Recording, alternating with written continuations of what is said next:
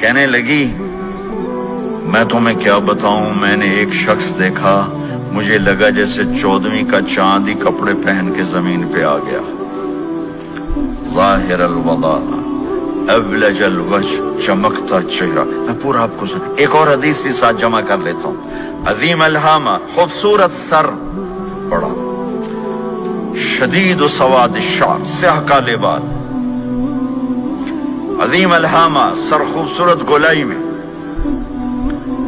واسع الجبین، کھلا ماتھا،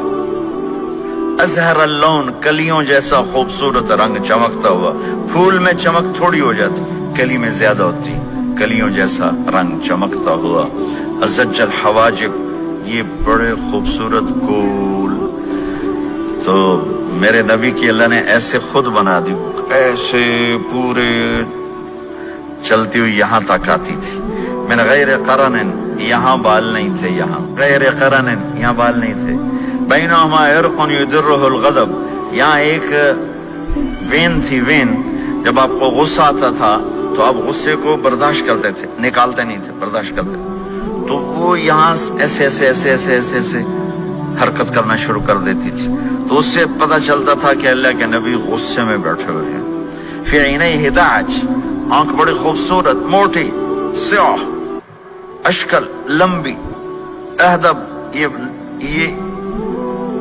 یہ بال بڑے لمبے، اکحل، بغیر سرمے کے سرمہ لگا ہوا، انجل، ابرج، اہدب،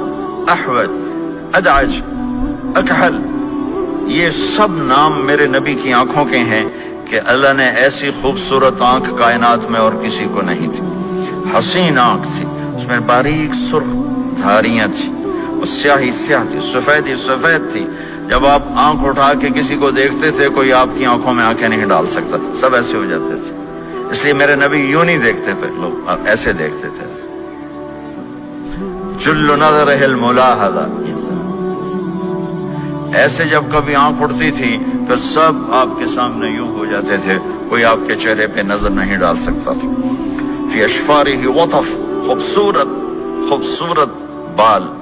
اخن العرنین، ناک تھوڑا سا یہاں سے اٹھا ہوا، یہاں سے باریک، لہو نور یعلوہ، یہاں نور نظر آتا تھا، سے چمکتا ہوا چمکتا ہوا، غلیظ الفم، ہونٹ بڑے خوبصورت، کھلے ہوئے کھلے ہوئے اور چوڑے منہ کے ساتھ، اشنب براق الثنایا، مفلج الاسنان، دانت ایسے گودائی میں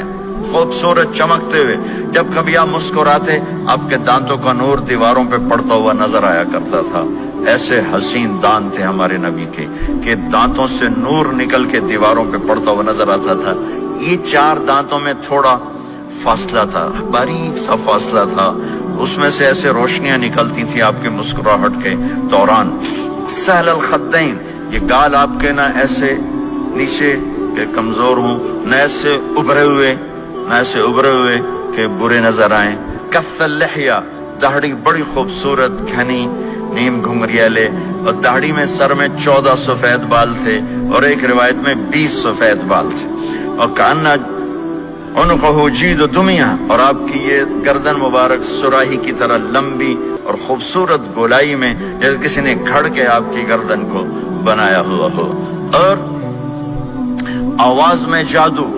فی صوتہ سحل، آواز میں جادو، آواز میں کشش، آواز میں گرفت۔ طفیل بن عامر ایک بڑے عرب سردار ہیں، وہ مکے میں آئے، لوگوں نے کہا ایک جادوگر ہے جس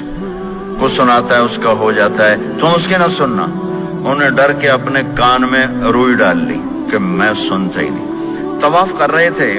آپ پہ نظر پڑی، آپ نماز پڑھ رہے تھے ایک طرف کھڑے ہو کر،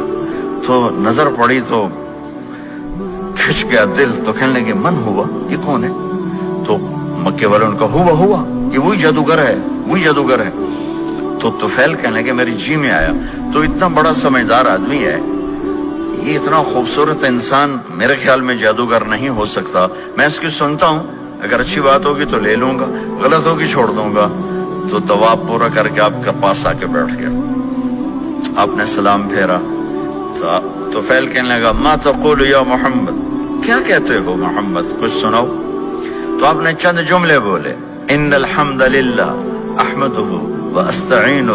واؤمن بہ واتوکل علیہ من يهده الله فلا مضل له ومن يضلله فلا هادي له. تو وہ تڑپ گئے. میرے آپ کے لیے کوئی کشش نہیں ان کلمات میں ترجمہ بھی کر دوں تو کوئی کشش نہیں، لیکن وہ عرب سمجھنے والے وہ کہنے لگا اعد فقط بلغنا قاموس البحر، ارے ذرا دوبارہ سنانا، تیرے ایک جملے نے 7 سمندر کا پانی پی لیا ہے. تو آپ نے دوبارہ سنایا ان الحمد للہ احمدہ واستعینہ